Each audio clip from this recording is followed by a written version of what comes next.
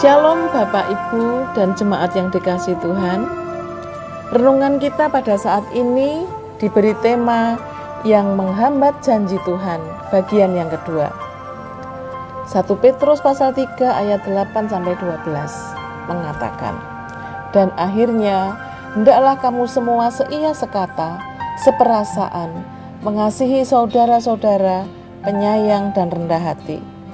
Dan janganlah membalas kejahatan dengan kejahatan atau caci maki dengan caci maki.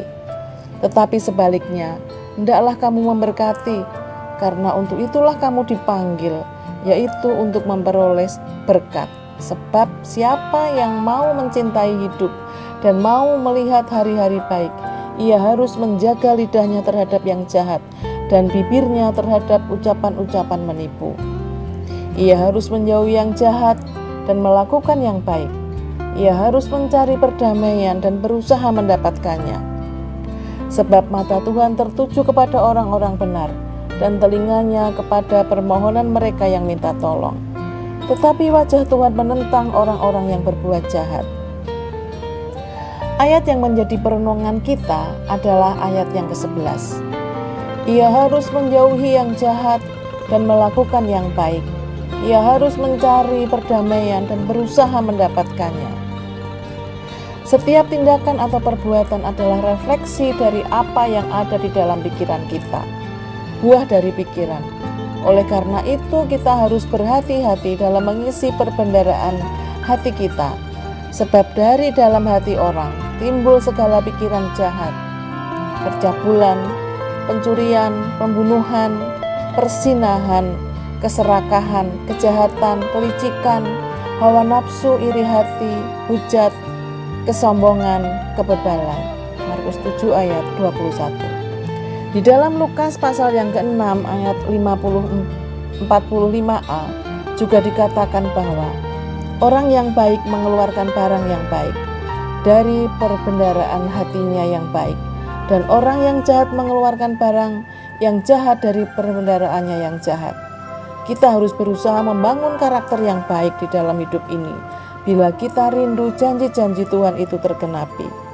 Mari kita isi hati dan pikiran kita dengan hal-hal yang baik, dan itu bersumber dari firman Tuhan. Yang menghambat janji Tuhan dan karakter yang harus kita buang adalah yang pertama, putus asa.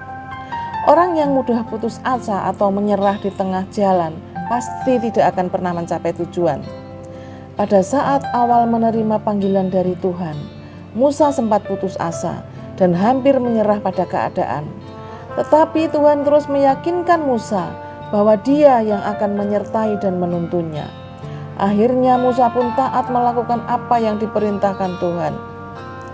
Bila melihat situasi yang ada dan besarnya masalah yang kita alami, banyak alasan bagi kita untuk berputus asa dan menyerah.